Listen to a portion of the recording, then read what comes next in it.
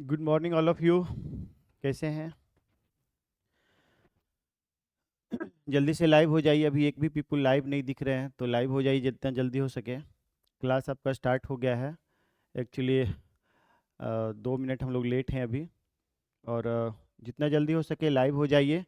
और आज जो हमारा टॉपिक है उसमें हम लोग सेंटेंस चैप्टर पढ़ रहे थे, और सेंटेंस चैप्टर में से हमारा एक्चुअली में चैप्टर चल रहा है सेंटेंस एंड क्लाउज।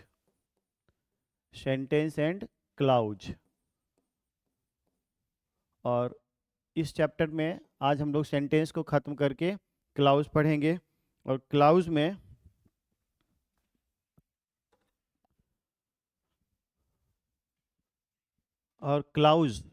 एक मिनट, थोड़ा सा थीम चेंज कर लूँ। और ये रहा आपका, जिसमें से क्लाउज चैप्टर में हम लोग पढ़ने वाले हैं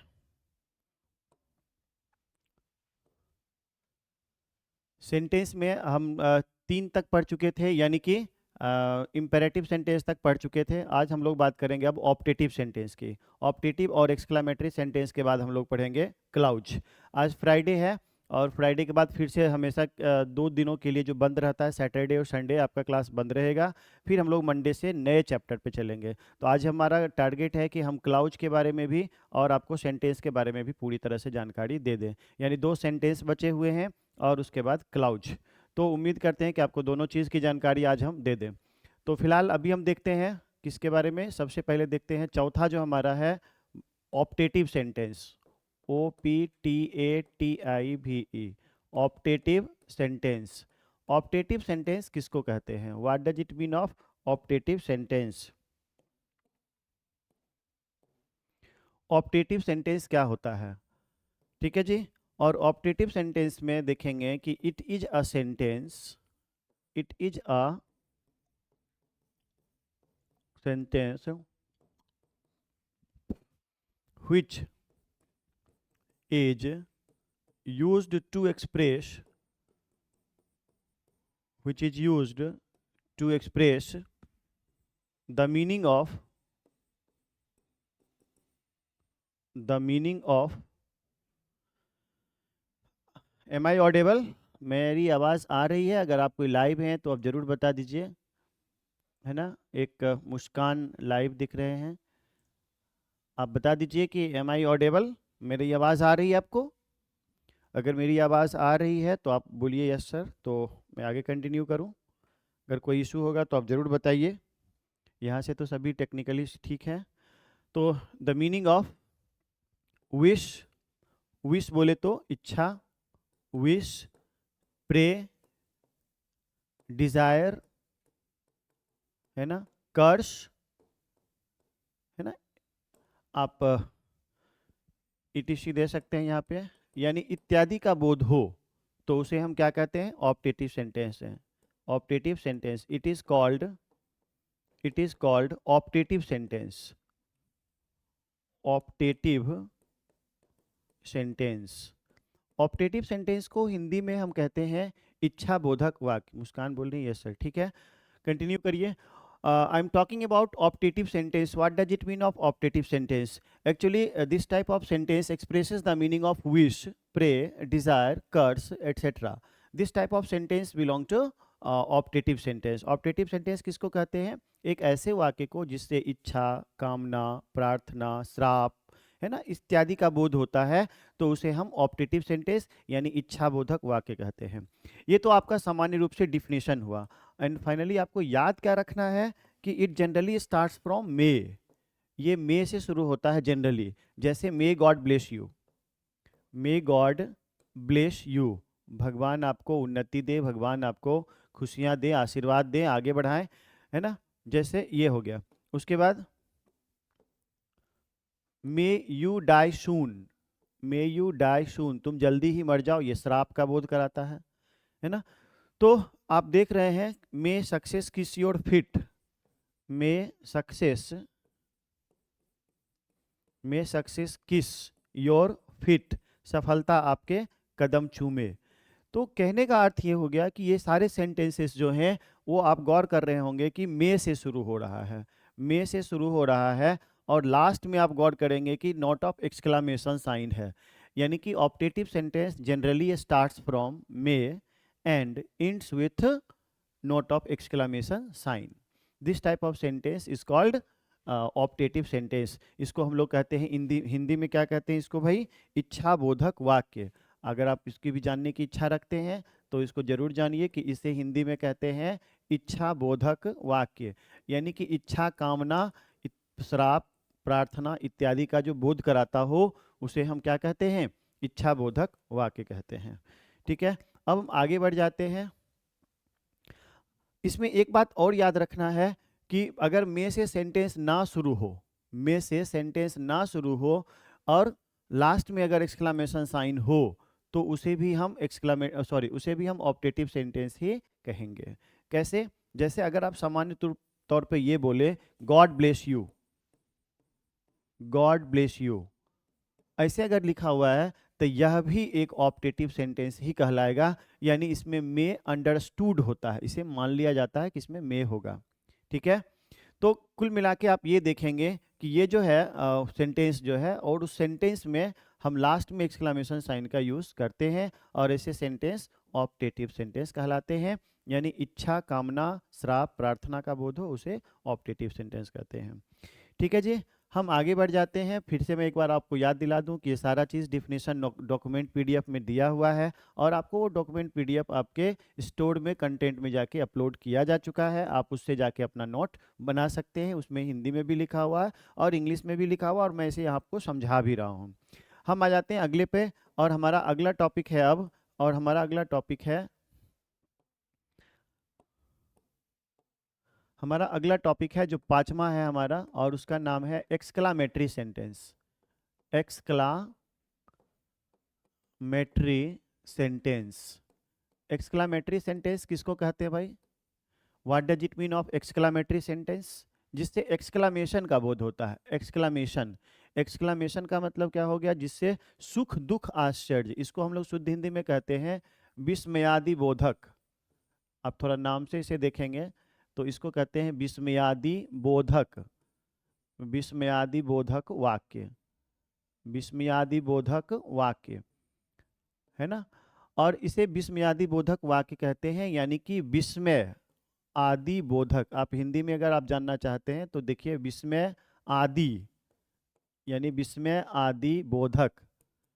आप इसे इस तरह से संधि विच्छेद करके भी याद रख सकते हैं. और विस्मय का मतलब होता है, संस्कृत में इसका व्यापक अर्थ होता है दुख.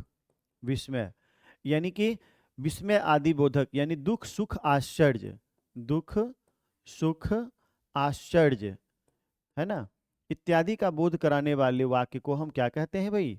उसे हम कहते हैं एक्सक्लामेटरी सेंटेंस. दैट मीन्स कि it is a sentence which is used to express the meaning of pleasure, sorrow, extremely pleasure, extremely sorrow, contempt, happiness, etc.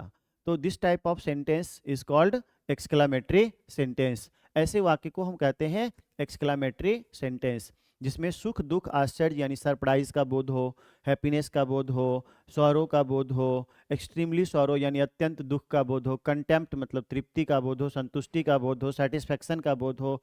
ये सारे जो एक्सप्रेशन होते हैं these are belong to exclamatory sentence. यानी ये सभी किससे बिलोंग करते हैं? ये सारे सेंटेंसेस एक्सक्लामेटरी सेंटेंस से बिलोंग करते हैं. ठीक है जी.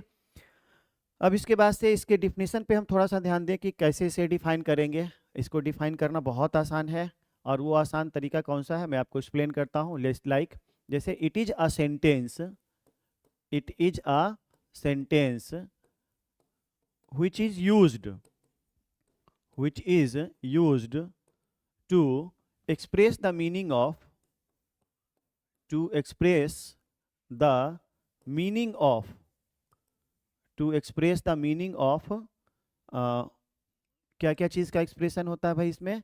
तो आप देखेंगे यहाँ पे सुख, दुख, आश्चर्य यानी प्लेजर, प्लेजर आनंद जिसको कहते हैं. आप हैप्पीनेस, खुशियाँ, अलग अलग शब्द मैं लिख दिया हूँ एक ही अर्थ के लिए. उसके बाद आता है सॉरो, दुख के लिए.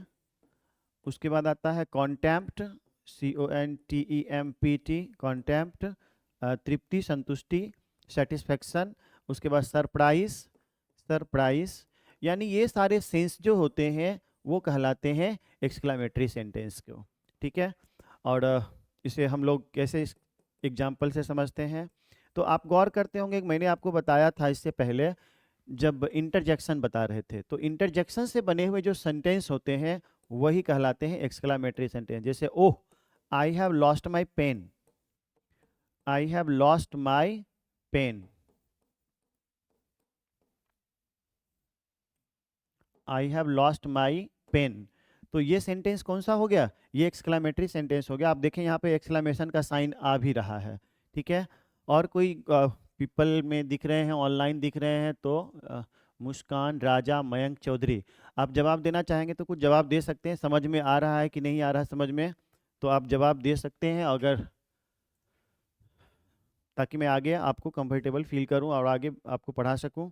ये जो सेंटेंस है वो कौन सा सेंटेंस हो गया, oh I have lost my pen, ये सेंटेंस हो गया एक्सक्लामेटरी सेंटेंस। और मैं यहाँ पे सेंटेंस लिखता हूँ, जैसे आप व्हाट से बनाते हैं, जैसे what a nice shot, what a nice shot, है ना।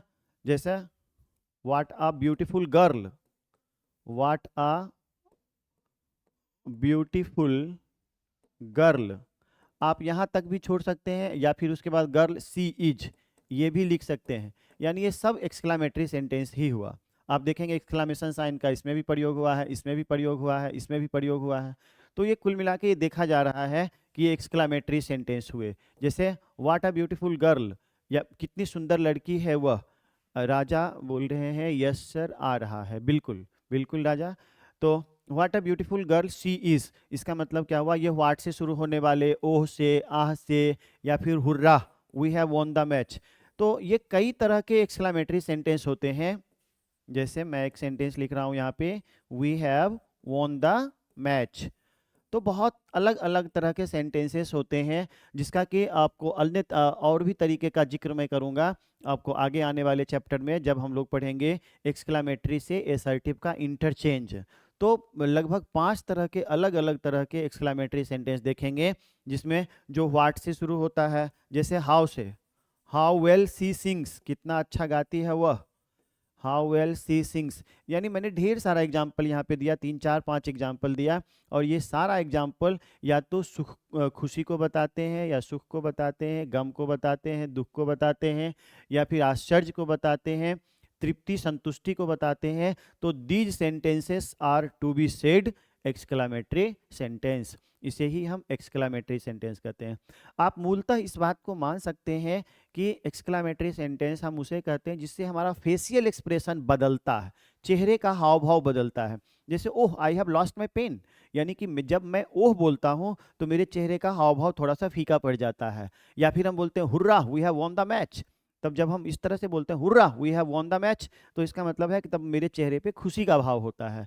यानी कि एक ऐसा वाक्य जिसको बोलने पे खुशी का भाव बोध हो, जैसे wow it's a huge six, कितना बड़ा छक्का है ये जो डिलीवर्ड बाय विराट कोहली, विराट कोहली के द्वारा मारा गया, क्या कितना बड़ा छक्का है। तो वाव जो बोले हैं तो आप उसमें दुखी नहीं हो सकते। एक इंसान की प्रवृत्ति होती है कि जैसे सपोज दैट अगर आपको कोई लाल गुलाब का फूल देता है तो आपका चेहरा खिल उठता है। यानी कि अगर आपका चेहरा लाल गुलाब देख के भी खिलता नहीं है तो यानी आप मानसिक रूप से पागल हैं, यानी कि आप में कुछ ना कुछ दिक्कत है। रसगुल्ला, रसगुल्ला आप खाते होंगे, रसगुल्ला देख के अगर आपके जीभ में पानी नहीं आ रहा है, ये क्या है कि नेचुरल थिंग है, ये आना ही आना है, स्वाभाविक है। तो ये जो फेशियल एक्सप्रेशन होता है वो जब चेंज होता है, जब बदलता है, और जो वाक्य हमारे मुंह से निकलता है उसे ही हम कहते हैं एक्सक्लामेटरी सेंटेंस। तो ठीक है, समझ में उम्मीद करते हैं कि आ गया होगा। अब हम लोग को टाइम को देखते हुए हमारा क्लास 14-15 मिनट बीत चुका है, तो हमारे पास अब टाइम भी कम है, और हम लोग एक नए टॉपिक की ओर ले चलते हैं जिसका नाम है क्लाउज। क्लाउज की बेसिक जानकारी आपको हम देते हैं, और ये हम क्लाउज के बारे में सीखते हैं कि क्लाउज क्या होता है, और तब हमारा ये टॉपिक आज खत्म हो जाएगा, और नए चैप्टर पे हम लोग चलेंगे अगले दिन से, यानी मंडे से। क्लाउज का मतलब होता है उपवाक्य। उपवाक्य, उपवाक्य किसको कहते हैं भाई, एक अब मैंने आपको 2 चीज बताया था, याद कीजिए, जब हम बेसिक ऑफ ग्रामर बता रहे थे, तो जिसमें से हमने एक चीज बताया था कि 2 तरह के शब्द, जिसमें एक होता है वाक्यांश, वाक्यांश, जिसको कि हम लोग मुहावरा का भी नाम दिए थे, याद कीजिए, फ्रेज, जिसको अंग्रेजी में हमने बोला था फ्रेज। ठीक है जी, थोड़ा सावधानी से इसको सीखिएगा। और एक था हमारा उपवाक्य, यानी कि उपवाक्य यानी वाक्य का ही एक भाग, है ना, और इसको हम लोग बोल रहे हैं क्लाउज, CLAUSE। दोनों को हम एग्जाम्पल से आपको थोड़ा समझाने की कोशिश करें, है ना। जैसे he is walking very slowly, very slowly। ठीक है, एक सेंटेंस मैंने लिखा है यहाँ पे, मैं आपको समझा रहा हूँ कि फ्रेज क्या होता है और क्लाउज क्या होता है सो। और उसके बाद दूसरा समझा रहा हूँ, I live where my friend lives, यानी मैं रहता हूं जहां मेरा दोस्त रहता है। आप गौर करेंगे कि इस सेंटेंस में ये सब्जेक्ट, ये वर्ब, ये मेन वर्ब, और यहाँ पर एक सेक्शन है जो कि कुछ पता नहीं चलता कि ये क्या है। दरअसल इसी को फ्रेज कहते हैं, या ये एक वाक्य का भाग है, ये इसी को कहते हैं वाक्यांश। वाक्य का ही अंश है, वाक्य का भाग है, लेकिन इसमें सब्जेक्ट वर्ब नहीं है, सब्जेक्ट प्लस वर्ब नहीं है। अगर सब्जेक्ट प्लस वर्ब नहीं है तो यही कहलाता है वाक्यांश, इसी को हम लोग फ्रेज कहते हैं। फ्रेज इनफैक्ट कई तरीके से यूज होता है। फ्रेज के बारे में मैंने आपको बताया था कि वाक्य का एक ऐसा भाग जिसमें जो दो या दो से ज़्यादा शब्दों का हो, उसका एक अपना अर्थ हो, और साथ ही साथ उसमें सब्जेक्ट वर्ब कॉम्बिनेशन नहीं हो। लेकिन जब सब्जेक्ट वर्ब कॉम्बिनेशन होता है, देखिए इसमें सेंटेंस में दो भाग हैं, एक मैं रहता हूँ और एक है माय फ्रेंड लिव्स, और ये कंजंक्शन है जो इस दोनों को जोड़ रहा है।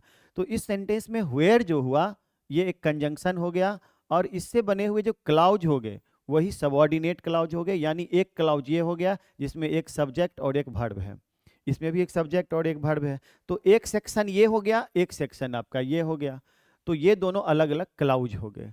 क्लाउज का मतलब हो गया कि वाक्य का एक ऐसा भाग जिसमें कम से कम एक सब्जेक्ट और एक फाइनाइट वर्ब हो, उसे हम क्या कहते हैं भाई, क्लाउज कहते हैं। ठीक है जी, क्लाउज के बारे में मैं आपको थोड़ा सा और डिफाइन कर दूं यहाँ पे। क्लाउज और मुहावरा में क्या होता है कि दो या दो से ज़्यादा शब्द तो होते हैं, लेकिन उसमें सब्जेक्ट वर्ब एग्रीमेंट नहीं होता, यानी उसमें एक सब्जेक्ट एक वर्ब नहीं होता है। तो क्लाउज को हम लोग डिफाइन करें तो इसको इस तरह से करेंगे डिफाइन। क्लाउज यानी it is a part of the sentence, it is a part of the sentence which has at least one subject, and one finite verb,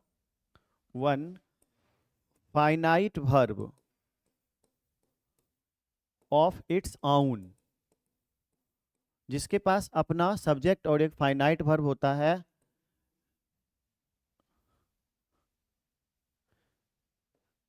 it is called clause, यानी clause कहते हैं उसे। Clause को फिर से मैं define कर रहा हूं कि सेंटेंस का वो भाग जिसमें एक सब्जेक्ट और एक फाइनाइट वर्ब होता है। और फाइनाइट वर्ब के बारे में मैं बता दूं कि जो सब्जेक्ट के अनुसार चलता है वो फाइनाइट वर्ब होता है, जो सब्जेक्ट के अनुसार नहीं चलता है वो नॉन फाइनाइट होता है। जैसे आई एम टू गो, अब बताइए एम किसके अनुसार लगा, आई के अनुसार, लेकिन यहाँ पे जो टू गो लगा हुआ है वो आई के अनुसार नहीं लगा है, तो इसलिए ये हो गया नॉन फाइनाइट वर्ब, ये हो गया फाइनाइट वर्ब। फाइनाइट और नॉन फाइनाइट हम लोग और भी विस्तार से सीखेंगे। फिलहाल आप ये देखिए कि जिसमें एक सब्जेक्ट और एक फाइनाइट वर्ब, देखिए इसमें एक सब्जेक्ट है और एक फाइनाइट वर्ब लिव्स, यानी माय फ्रेंड के अनुसार यहाँ लिव्स लगा है, तो इसलिए ये फाइनाइट वर्ब हो गया। तो कुल मिला के किसको कहते हैं भाई, फाइनाइट वर्ब किसको कहते हैं और नॉन फाइनाइट वर्ब किसको कहते हैं, ये भी सीख गए यहाँ पे आप। और क्लाउज किसको कहते हैं, क्लाउज यानी वाक्य का एक ऐसा भाग, ध्यान से सुनिएगा, मैं फिर से हिंदी में बता रहा हूँ कि वाक्य का एक ऐसा भाग जिसमें कम से कम एक सब्जेक्ट और एक फाइनाइट वर्ब अपना होता हो, उस भाग को, वाक्य के उस भाग को ही हम क्या कहते हैं, क्लाउज कहते हैं। इसे हिंदी में उपवाक्य बोलते हैं, यानी वाक्य का ही एक भाग। जिस तरह से प्रधानमंत्री होते हैं उसके साथ एक उप प्रधानमंत्री होता है, मुख्यमंत्री के साथ उप मुख्यमंत्री होता है, उसी तरह से सेंटेंस का ही एक भाग उपवाक्य यानी क्लाउज होता है। ठीक है, और उम्मीद करते हैं यहाँ एग्जाम्पल से भी हमने बता दिया आपको। अब हम थोड़ा बात कर लेते हैं क्लाउज के क्लासिफिकेशन यानी टाइप्स के बारे में। यहाँ टाइप्स नहीं पढ़ेंगे, सिर्फ क्लासिफिकेशन नहीं, टाइप्स ऑफ क्लाउज है ना। शॉर्टकट में जानकारी मैं अभी दे रहा हूँ आपको, और विस्तृत जानकारी आपको चैप्टर में दी जाएगी। मैं बार बार बोल रहा हूँ कि अभी हम लोग बेसिक पढ़ रहे हैं। बेसिक के बारे में पढ़ने का मतलब ये है कि अभी हम छोटी छोटी जानकारी आपको प्रोवाइड कर रहे हैं कि क्लाउज क्या होता है, सेंटेंस क्या होता है, कितने तरह के होते हैं, और ताकि अगले जब चैप्टर में हम लोग time and tense, voice, narration, noun, pronoun ये सब पढ़ें तो आपको ये समझ में आते रहे कि टेंस सेंटेंस क्या होता है। तो टाइप्स ऑफ क्लाउज के बारे में अब यहाँ हम लोग पढ़ेंगे, और टाइप्स ऑफ क्लाउज में ये देखेंगे कि कितने तरह का होता है। तो आप देख सकते हैं यहाँ पे there are mainly 2 types of it. 2 तरह के होते हैं, 2 टाइप्स ऑफ इट, इसके 2 प्रकार होते हैं। सबसे पहला क्या होता है भाई, एक होता है मेन क्लाउज,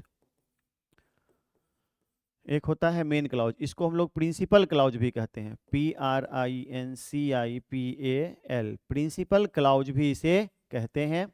और दूसरा होता है हमारा subordinate clause, subordinate clause. Subordinate clause का मतलब रिलेटिव क्लाउज भी कहते हैं इसे, इसे हम लोग रिलेटिव क्लाउज के नाम से भी जानते हैं। ठीक है, और 2 अन्य क्लाउज भी होते हैं जिसका नाम होता है coordinate clause, coordinate clause, coordinate clause. और चौथा होता है एक parenthetical clause, PARENTHETICAL, parenthetical clause. तो मेनली 2 क्लाउज ही होते हैं, यानी कि नाम है मेन क्लाउज, इसको प्रिंसिपल क्लाउज भी कहते हैं, सबऑर्डिनेट क्लाउज, या दूसरा नाम इसका रिलेटिव क्लाउज भी है। और उसके बाद हमारा तीसरा आता है कोऑर्डिनेट क्लाउज, और चौथा आता है पैरेंथेटिकल क्लाउज। इस सबको डिफाइन करने के लिए हम एक कहानी का यूज करते हैं। आप गौर से सुनिएगा, मैंने कल बोला भी था आपको कि एक कहानी से हम समझा देंगे। ये एक घर है, ठीक है, इस घर में एक ये व्यक्ति है जो घर का मालिक है, ठीक है, और एक इसका बेटा है, ये आप इसको मान के सकते हैं ऐसे करके, ये इसका बेटा है, ठीक है, और ये इसका भाई है, ठीक है जी। और एक दूसरा घर है, आप ऐसा मानिए, तो एक ऐसा यहाँ पर एक व्यक्ति इस घर में है। तो यानी ये एक सेंटेंस हुआ, ये ग्रीन कलर से जो सर्कल किया हुआ है एक सेंटेंस हुआ। यानी इस घर में एक जो सबसे मतलब मालिक है वो ये है, इसका ये छोटा भाई है। तो आप ये बताइए कि इसको अपने अर्थ की पूर्णता के लिए किसी अन्य पर निर्भर नहीं करना पड़ेगा। मतलब ये हो गया कि इसे अगर रेस्टोरेंट में खाना खाने के लिए जाना है तो क्या ये किसी से पैसा लेगा? ये तो घर का मालिक है, ये तो इसके पास तो खुद पैसा है, वो चला जाएगा खाने के लिए। मतलब है कि इस पर इसकी निर्भरता किसी पर नहीं है, यह अपने अर्थ की पूर्णता के लिए किसी पर निर्भर नहीं रहता है। यानी कि ये हो गया हमारा प्रिंसिपल क्लाउज, इसको हम लोग मेन क्लाउज भी कह सकते हैं, मेन क्लाउज, या इसे हम लोग प्रिंसिपल क्लाउज भी कहते हैं। अब इसको आप ध्यान से समझिए कि ये जो हमारा मेन क्लाउज या प्रिंसिपल क्लाउज हुआ, इसका मतलब ये हो गया कि ये अपने अर्थ की पूर्णता के लिए किसी पर निर्भर नहीं करता है, तो इसको हम लोग मेन क्लाउज कहते हैं। अब ये हमारा सबऑर्डिनेट क्लाउज है, ये नीचे जो है इसका जो बेटा हमने माना, ये सबऑर्डिनेट क्लाउज हुआ। अब बताइए कि इसको अगर सिनेमा देखने जाना है, या कोचिंग में फीस देना है, या फिर रेस्टोरेंट जाना है, तो वो किस पर निर्भर करेगा? अपने पिताजी पर निर्भर करेगा। यानी कि वह अपने पिताजी से पैसा मांगेगा। यानी इसका मतलब क्या हो गया कि यह एक ऐसा क्लाउज होता है जो अपने अर्थ की पूर्णता के लिए किस पर निर्भर करता है? मेन क्लाउज पर निर्भर करता है, ठीक है जी। और तीसरा है, इसको हम लोग कहते हैं कोऑर्डिनेट क्लाउज। दैट मीन्स कि इट हैज सेम रैंक और ऑर्डर एज मेन क्लाउज। जैसे मान लेते हैं 2 भाई है और कुल मिला के अगर 5 बीघा खेत है तो दोनों भाई को 2.5 बीघा हिस्सा पड़ेगा। सामान्य रूप से आप ऐसा ही समझते हैं, बंटवारा तो आधा आधा होगा ना भाई। तो ये इसका मतलब है कि इसका भी सेम रैंक या ऑर्डर एज मेन क्लाउज है, लेकिन यह अपने विशेष अर्थ की पूर्णता के लिए। अब जैसे मान लेते हैं इसे छोटा भाई है, इसको कोई विशेष काम करना होगा तो ये किस पर निर्भर करेगा? अपने बड़े भाई पर। इसका मतलब है कि इट हैज सेम रैंक और order as main clause, but it also depends it also depends on main clause to get its specific meaning. अपने विशेष अर्थ की पूर्णता के लिए यह किस पर निर्भर करता है? मेन क्लाउज पर निर्भर करता है। और चौथा क्या है हमारा? ये है पेरेंथेटिकल क्लाउज। पेरेंथेटिकल क्लाउज का मतलब होता है कि ये एक नॉन एग्जिस्टिंग क्लाउज हो गया। मतलब है कि इसका वाक्य के मुख्य अर्थ से कोई लेना देना नहीं है। जैसे मैं आपको बोलूं कि यह एक कलम है, तो एक वाक्य हो गया ये। लेकिन अगर इसी वाक्य को हम ऐसे बोलें कि ये जो है ना एक कलम है, तो बीच में जो बोला मैंने कि ये जो है ना, मैंने बोला ना कि ये जो है ना, तो जो है ना क्यों बोले हम? जो है ना बोले थे कंफर्म करने के लिए कि ये जो है ना। तो जब से हम बोलते हैं ईमानदारी एक सर्वोत्तम नीति होती है, एक छोटा सा वाक्य मैंने बोला। लेकिन जब मैं बोलूं कि ईमानदारी जो है ना वो एक सर्वोत्तम नीति होती है, तो जो है ना जो बोला हमने बीच में, वो सिर्फ ईमानदारी को कंफर्म करने के लिए बोला।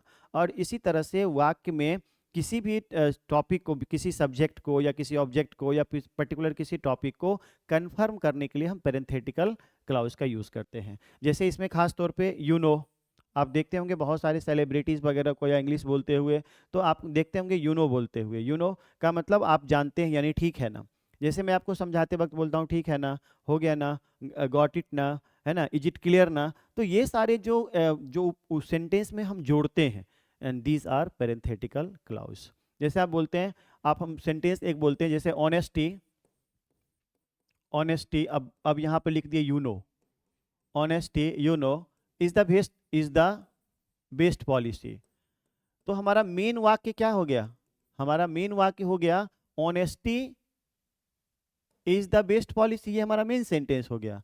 लेकिन ये बीच में जो हमने यू नो दिया है, ये सिर्फ हमारा पेरेंथेटिकल हो गया। मयंक चौधरी कुछ लिख रहे हैं, भी तो खुदा से कम का अपना कर सकते हैं ना, तो खुदा से कमा के अपना कर सकते हैं ना। ये कुछ क्या बोल रहे हैं मुझे समझ में नहीं आ रहा, कुछ शायरी टाइप का लिख रहे हैं मयंक चौधरी। खैर, आप इधर ध्यान दीजिए, honesty is the best policy. Honesty is the best policy मतलब ऑनेस्टी के बाद जो हमने इस शब्द पे जोड़ दिया यू नो करके, यही हमारा हो गया पेरेंथेटिकल क्लाउज। पर इसलिए मैंने इसे अलग घर में क्यों रखा? क्योंकि क्योंकि honesty is the best policy हमारा मेन सेंटेंस है, लेकिन ये हमारा सिर्फ कंफर्मेशन के लिए यूज किया जाता है। तो इस तरह से फाइनली हम क्लाउज के बारे में समझ में आ गया होगा हमें। और मैं इसके बारे में डिटेल जानकारी आपको निश्चित तौर पे आपको किसी पर्टिकुलर चैप्टर में ही दूंगा। और ये एक सामान्य जानकारी थी क्लाउज के बारे में। क्लाउज के बारे में ये क्या लिख रहे हैं, सॉरी, क्या लिख रहे हैं पता नहीं चल रहा है, किस बात के लिए सॉरी भाई? कोई बात नहीं, चलता है सब। तो समझ में आ गया होगा, मुझे लगता है कि आपको समझ में आ गया होगा क्लाउज। तो मैं फिर से एक बार रिपीट कर दूं, क्लाउज होता है वाक्य का एक ऐसा भाग जिसमें कम से कम एक सब्जेक्ट और एक फाइनाइट वर्ब होता है। ठीक है, वाक्य के उस भाग को क्लाउज कहते हैं। अंग्रेजी में इसे कैसे बोलेंगे कि it is a part of any sentence which has at least one subject and one finite verb of its own. That section of sentence is called clause. Clause has mainly two types. First one is main clause, or it may also known as principal clause, and second one is subordinate clause, and it may also known as relative clause. Two other clauses are also used in English grammar, and the name of this type mistake लिख रहे हैं, कोई बात नहीं। दूसरा जो हमारा जो सेकेंड जो क्लाउज था, सॉरी थर्ड वन जो था हमारा, थर्ड वन जो हमने शायद डिलीट कर दिया हमने इसे, और ये तो पीछे होगा। ये देखिए थर्ड वन जो था वो हमारा कोऑर्डिनेट क्लाउज था। कोऑर्डिनेट क्लाउज किसको कहते हैं? Coordinate clause, it has same rank और order as main clause, but it also depends on main clause to get its specific meaning. लेकिन ये अपने विशेष अर्थ की पूर्णता के लिए अपने इस पे क्या कहते हैं, निर्भर करता है किस पर? मेन क्लाउज पे। उसके बाद आता है पेरेंथेटिकल क्लाउज। पेरेंथेटिकल क्लाउज क्या होता है कि it is a non existing clause because it has no meaning to get the proper meaning of the sentence, but it also consists one subject and one finite verb, and it is just used for confirmation of the sentence. So it is also the part of the sentence, that is why it is known as parenthetical clause. ये sentence का part तो होता है, ये sentence का part तो होता है, लेकिन उस सेंटेंस में आप गौर करेंगे यहाँ पे सेंटेंस में ही लिखा हुआ है यू नो भी, लेकिन ये मेन सेंटेंस हमारा हो गया honesty is the best policy. तो मेन सेंटेंस हमारा honesty is the best policy हो गया, और यू नो जो हो गया ये क्या चीज हो गया हमारा? यू नो क्या चीज़ हो गया, ये हो गया हमारा सेंटेंस का भाग, यानी कि एक सब्जेक्ट एक फाइनाइट वर्ब के साथ। ठीक है, तो आपका टाइम 10:50 से लेके 11:30 तक था, तो अब कुछ देर बचा हुआ है, और इससे आगे की मैं आपको कुछ एग्जाम्पल से आपको बता दूं, है ना। एग्जाम्पल देता हूं तो आपको समझ में आ जाएगा। जैसे I went to my house, मैं अपने घर गया, वेयर माई पेरेंट्स और माई मदर, कुछ भी लिख सकते हैं, माई मदर लिव्स। मैं अपने घर गया जहां मेरी माँ रहती है। अब बताइए, इस सेंटेंस में एक सेंटेंस ये है जिसको कि हम एक बक्से में रख देते हैं, और दूसरा सेंटेंस में हम यहाँ से माय हटा देते हैं तो लिखने में हमें सुविधा होगी।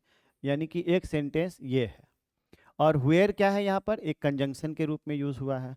तो दोनों में देखिएगा, एक सब्जेक्ट है एक फाइनाइट वर्ब है, इसमें भी एक सब्जेक्ट है एक फाइनाइट वर्ब है। तो इसका मतलब हो गया कि ये दोनों क्लाउज हो गए। इसमें से सबऑर्डिनेटिंग कंजंक्शन जुड़ा हुआ है तो सबऑर्डिनेट क्लाउज हो गया, और अगर इसमें कोई कंजंक्शन नहीं जुड़ा हुआ है तो यह मेन क्लाउज हो गया। ठीक है,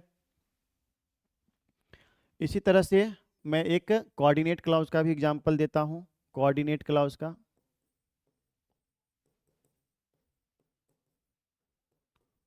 कोऑर्डिनेट क्लाउज का भी एग्जांपल देता हूं। कोऑर्डिनेट क्लाउज क्या होता है, what does it mean of coordinate clause. Coordinate clause के बारे में मैंने अभी थोड़ा देर पहले बताया भी था कि सेम रैंक और order as main clause, same rank और ऑर्डर एज मेन क्लाउज। जैसे रामू एज वेल